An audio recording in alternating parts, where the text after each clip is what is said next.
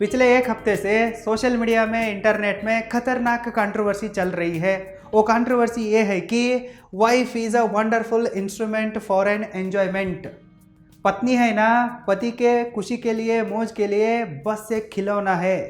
ये controversy internet में चल रही है। इस कंट्रोवर्सी को जन्म दिया है हमारे विश्वविख्यात या कुख्यात जगत गुरु श्री रामभद्राचार्य आचार्य जी ने।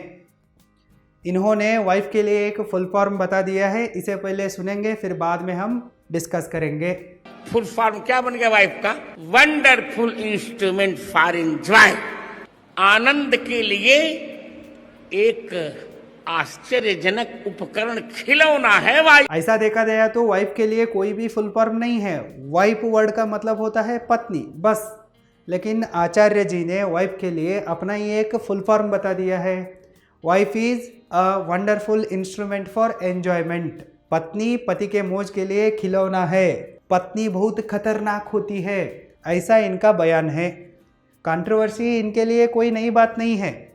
ये इससे पहले भी कुछ ब्राह्मण नीच होते हैं, जैसे कि पाठक, और कुछ ब्राह्मण श्रेष्ठ होते हैं, ऐसा कुछ कह के ब्राह्मणों के नज़र में भी आए थे। ब्राह्मण भी इनके खिलाफ हुए थे। और ये अंबेडकर जी और भारतीय संविधान के ऊपर भी कुछ बोले थे, तब भी बड़ी कंट्रोवर्सी हुई थी। मनुस्मृति संविधान से बड़ी है, ऐसा कुछ उनका कहना था, तभी भी ये कंट्रोवर्सी के कटघरे में आए थे। अब इनका लेटेस्ट कंट्रोवर्सी ये है, पत्नी पति के मौज के लिए खिलौना है, बस। इसके ऊपर हम बात नहीं करने वाले हैं। जो ये कहे है ना, इसको विरोध कोई नहीं कर रहा है। ये महिलाओं के लिए बड़ी बात बन चुकी है। पत्नी सिर्फ एक खिलौना है। महिला सिर्फ मर्दों की खुशी के लिए एक सेक्स टॉय है, सेक्स डॉल है। इस बात के लिए अपोज करने वाली पुरुषों की संख्या कम है और सपोर्ट करने वाली पुरुषों की संख्या बढ़ चुकी है, ज़्यादा है। ये महिलाओं के लिए एक बड़ी आहत पहुंचा रही है। सहना जी का एक प्रश्न मुझे आया था। वे कह रही है कि I am afraid of marriage. मुझे शादी से डर लग रहा है। इसलिए डर लग रहा है कि अगर पत्नी पति के मौज के लिए एक खिलौना होती है तो शादी के बाद मेरा क्या हाल होगा। अब हम मॉडर्न ज़माने में जी रहे हैं। लड़कों को कंपेयर किया तो लड़कियां सब ज़्यादा पढ़ के आगे बढ़ रही है, खुद भी पैसा कमा रही है, लड़कों से ज़्यादा सक्सेसफुल है। ऐसे ज़माने में भी पत्नी सिर्फ पति के लिए एक खिलौना बन सकती है तो हमारा अस्तित्व का क्या, हमारा एजुकेशन, टैलेंट का क्या, इसके लिए क्या कोई मूल्य नहीं है? महिलाओं में सेक्स सब्जेक्ट छोड़ के दूसरा कोई अच्छे कैरेक्टर्स नहीं है? ऐसा उनका एक सवाल है। इस एक बयान से बहुत सारे महिलाओं को ठोस पहुंची है। मैं इसे समझ सकता हूं। कंट्रोवर्सी करना धर्मगुरुओं का काम है, वो करने दीजिए, उनका धंधा है।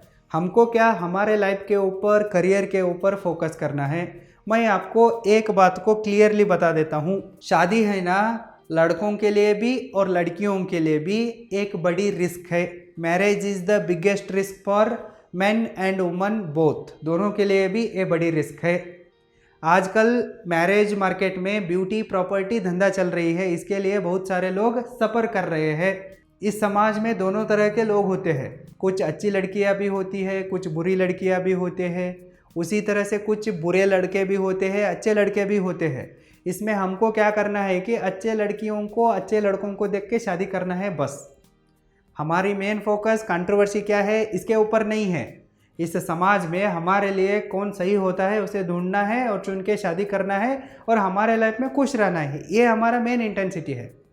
लेकिन माइंडसेट कैसा बन चुका है मार्केट में? पत्नी सिर्फ पति के मौज के लिए एक खिलौना है। पति सिर्फ पत्नी के खर्चों के लिए एक एटीएम है। इस तरह का माइंडसेट फॉर्म हो रहा है। ये डेंजरस है। ऐसा माइंडसेट है मार्केट में, इसे हमें एक्सेप्ट करना ही पड़ेगा। कुछ पुरुषों का मानना है कि पत्नी मुझसे भी कम पढ़ी लिखी होनी चाहिए, वो ज़्यादा नहीं कमाना चाहिए, मुझसे भी कम कमाना चाहिए, तभी तो वो घर में रहेगी, तभी तो किचन में सारे काम करेगी, बच्चे पैदा करेगी। कुछ पुरुषों के लिए पत्नी केवल एक मौज का खिलौना ही है, बच्चे पैदा करने की फैक्ट्री है, वो उसका गुलाम है। ऐसा मानसिकता हमारे भारतीय समाज में है। इसे एक्सेप्ट करना ही पड़ेगा। और इसी तरह से कुछ महिलाओं के नज़र में पति सिर्फ एक एटीएम कार्ड है, ये सिर्फ इसके खर्चे उठाने के लिए है पति। गोल्ड डिगर माइंडसेट वाली लड़कियां भी है, दोनों तरह के लड़का लड़कियां है। हमें ऐसे लड़का लड़की को छोड़ के अच्छे लड़का लड़की को चुनना है और हमारे लाइफ में शादी करके खुश रहना है। यदि आप शादी करते वक्त गलत लाइफ पार्टनर को चुन लेते हैं तो ऐसे लड़कों को लड़कियों को लाइफ पार्टनर बनाते हैं तो आपका जीवन नरक हो जाता है। इसलिए आपको अपने लाइफ पार्टनर चुनते वक्त बहुत ही सोच समझ कर वाइजली चुनना पड़ेगा, नहीं तो बहुत कष्ट भोगना पड़ता है। क्यों लाइफ पार्टनर चुनते वक्त वाइजली चुनना चाहिए, इसके लिए कुछ कारण ऐसे है। रीज़न नंबर 1, हमारा लाइफ पार्टनर होते हैं ना, वो हमारे लाइफ के को फाउंडर होते हैं। यदि ये चाहते हैं तो हमारे सपनों में इन्वेस्ट करके हमें हमारे लाइफ में सक्सेसफुल बना सकते हैं, रिच बना सकते हैं। अगर ये नहीं चाहते हैं कि हम सक्सेसफुल बने, रिच बने, तो ये हमारे सपनों को बिगाड़ के, सपनों को तोड़ के हमारे जीवन को ही बैंकरप्ट कर सकते हैं। यदि हमें अच्छे लाइफ पार्टनर मिलते हैं तो हम हमारे लाइफ में सक्सेसफुल बन जाते हैं, रिच बन जाते हैं। अगर हमें बुरे लाइफ पार्टनर मिलते हैं तो हम हमारे ज़िंदगी में बर्बाद हो जाते हैं। इसलिए सोच समझकर लाइफ पार्टनर को चुनना चाहिए। रीज़न नंबर 2, यदि हमें बुरा लाइफ पार्टनर मिल जाता है तो हमारी हर एक जीत भी हमें हार की तरह लगने लगती है। कुछ पत्नियों में ये सोच रहती है कि अगर मेरा पति बहुत ज़्यादा सक्सेसफुल बन जाता है, तो फेमस बन जाता है, तो अमीर बन जाता है, तो इसके पास सब कुछ आ जाता है, तो ये मुझे छोड़ सकता है, इसलिए ये ज़्यादा सक्सेसफुल नहीं बनना चाहिए, इतना ही लिमिट में सक्सेसफुल होना चाहिए। ऐसी सोच कुछ महिलाओं में भी होती है। और कुछ पतियों में ये सोच रहता है कि मेरी पत्नी है ना, मुझसे भी कम पढ़ी लिखी होना चाहिए, कम कमाना चाहिए, तभी तो ये मेरे नीचे रहेगी, मेरी सुनेगी। ऐसा मेंटेलिटी भी रहता है। अगर आपको गलत लाइफ पार्टनर मिल जाते हैं तो आपको आपका हर जीत भी हार की तरह लगता है। अगर आपको अच्छे लाइफ पार्टनर मिलते हैं तो आपकी हर हार भी आपको जीत की तरह लगता है। अच्छे लाइफ पार्टनर आपको आपके कष्ट नष्ट में साथ देते हैं और आपको उठाते हैं। तब आपको ज़िंदगी में कितना भी बड़ा संकट आने दो, कुछ भी होने दो, आपको जीतने का एक भरोसा मिलता है, आप जीत जाते हो। गलत लाइफ पार्टनर मिलते हैं तो आप जीतने के बाद भी हार जाते हो। रीज़न नंबर 3, हमारा लाइफ है ना, ये किसी जंग से कम नहीं है। इसलिए हमें ऐसा व्यक्ति को लाइफ पार्टनर के तौर पर चुनना चाहिए कि वो हमारे साथ जंग लड़ने के लिए भी आना चाहिए। जब हम सुखी जीवन को जीते रहते हैं ना, तब कोई भी हमसे शादी कर लेता है, ये कोई बड़ी बात नहीं है। लड़की सुंदर है तो कोई भी लड़का उससे शादी कर लेगा, इसमें कोई अचीवमेंट नहीं है। अगर लड़का सुंदर है, सक्सेसफुल है, अच्छा खासा कमा रहा है, अच्छे पोजीशन में है, सरकारी नौकरी है, तो कोई भी उससे शादी कर लेगी, इसमें कोई अचीवमेंट नहीं है। जो हमारे साथ जंग लड़ने के लिए आने के लिए भी तैयार होते हैं ना, हमारे स्ट्रगल में भी हमको चुनते हैं ना, वे ग्रेट लाइफ पार्टनर होते हैं। वो असली एक अचीवमेंट होता है। जब हमारा सब कुछ अच्छा ठीक ठाक चलता रहता है ना, तब कुछ भी ज़रूरत नहीं रहता, लाइफ पार्टनर की भी कोई ज़रूरत नहीं रहती है। जब हमारे स्ट्रगल के दिन शुरू होते हैं ना, बुरे दिन शुरू होते हैं ना, तब हमें लाइफ पार्टनर की असली ज़रूरत रहती है। हमारा जीवन क्या है ना, जंग की तरह है। इसलिए शादी करते वक्त ऐसा व्यक्ति से शादी करें कि वो आपके साथ जीवन का जंग लड़ने के लिए तैयार रहना चाहिए। सिर्फ आपके हैप्पीनेस में नहीं, सक्सेस में नहीं, आपके स्ट्रगल में, फेल्यूर में भी आपके साथ खड़ा रहना चाहिए। ऐसे व्यक्ति को चुन के शादी कीजिए। रीज़न नंबर 4, एक अच्छा लाइफ पार्टनर रहता है ना, वो आपके सारे वीकनेसेस को छुपा के आपको आगे बढ़ने के लिए मोटिवेट करता है। हर आदमी में अच्छाई भी रहती है, बुराई भी रहती है, वीकनेस भी रहती है, स्ट्रेंथ भी रहती है। अच्छा लाइफ पार्टनर क्या करता है, आपके सारे वीकनेसेस को छुपाता है, नज़रअंदाज करता है, उन वीकनेसेस को ही स्ट्रेंथ में बदलकर आपको अपने लाइफ में आगे बढ़ने के लिए मोटिवेट करता है। लेकिन एक बुरा लाइफ पार्टनर रहता है ना, वो आपके सारे स्ट्रेंथ को भी डिफेम करने लगता है, स्ट्रेंथ को ही वीकनेस बना देता है, आपको नीचा दिखाता है और आगे बढ़ते वक्त आपको डीमोटिवेट करता है। वही आपका पैर खींच के घर में सड़ने जैसे करता है। अच्छा लाइफ पार्टनर मिला, आपके अंदर कमियां हैं तो भी आप उससे स्ट्रेंथ में कन्वर्ट करके जीत सकते हो, लाइफ में सक्सेसफुल बन सकते हो। लेकिन गलती से आपको बुरा लाइफ पार्टनर मिला तो आपके अंदर स्ट्रेंथ है तो भी, टैलेंट है तो भी, कैपेबिलिटी है तो भी, पोटेंशियल है तो भी आपको हारना ही पड़ता है। रीज़न नंबर 5, जो आपको एज इट इज़ एक्सेप्ट करके शादी करने के लिए तैयार होता है ना, ऐसे व्यक्ति से शादी कीजिए। आप देखने में थोड़ा कम सुंदर हो, आपके पास थोड़ा कम पैसा हो, आप स्ट्रगल कर रहे हैं तो भी जो शादी करने के लिए तैयार होती है या होता है ना, ऐसे व्यक्ति से शादी कीजिए। क्योंकि ज़िंदगी में वर्जिनिटी से ज़्यादा ओरिजिनलिटी मैटर करती है। वर्जिनिटी एक मिथ है, इसे दिमाग से हटा दीजिए। आप ओरिजिनलिटी के ऊपर फोकस कीजिए। आप देखने में कैसे हो ये ज़्यादा दिन मैटर नहीं करता।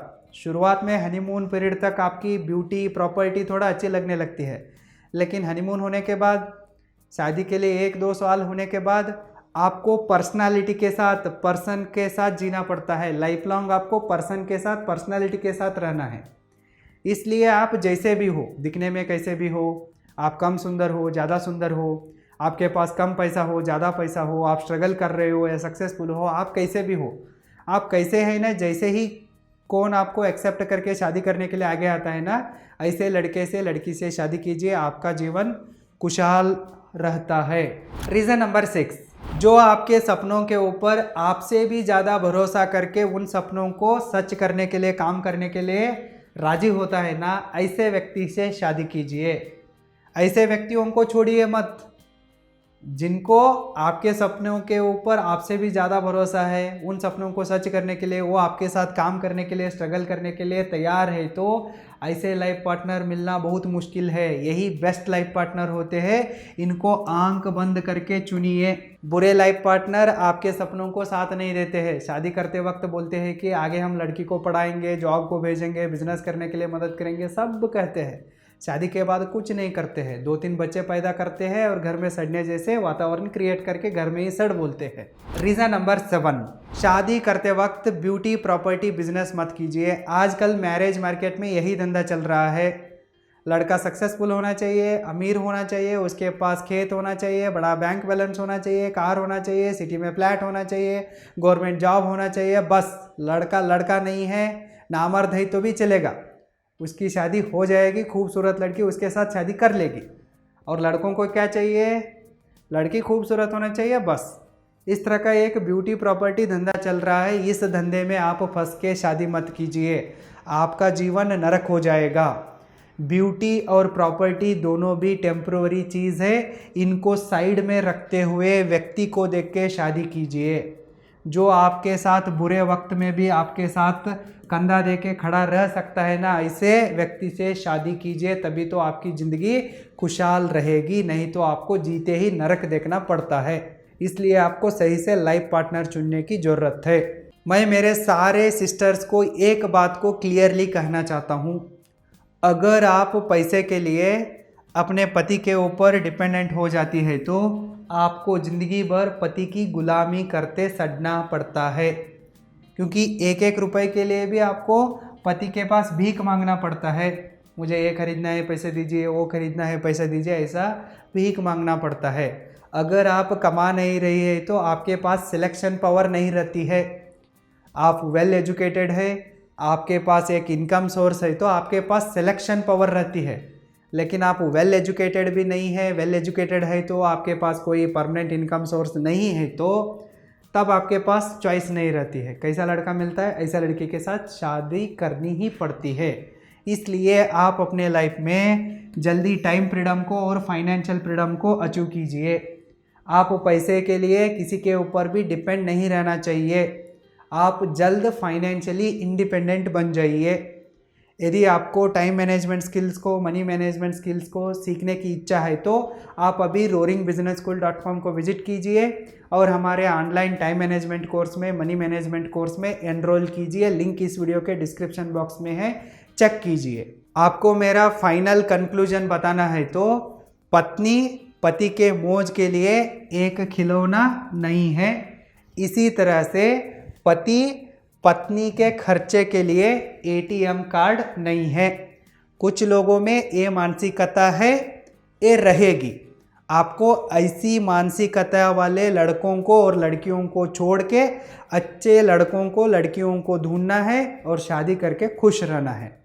बस लाइफ पार्टनर चुनते वक्त वाइजली चुनिए, गड़बड़ी मत कीजिए। All the best.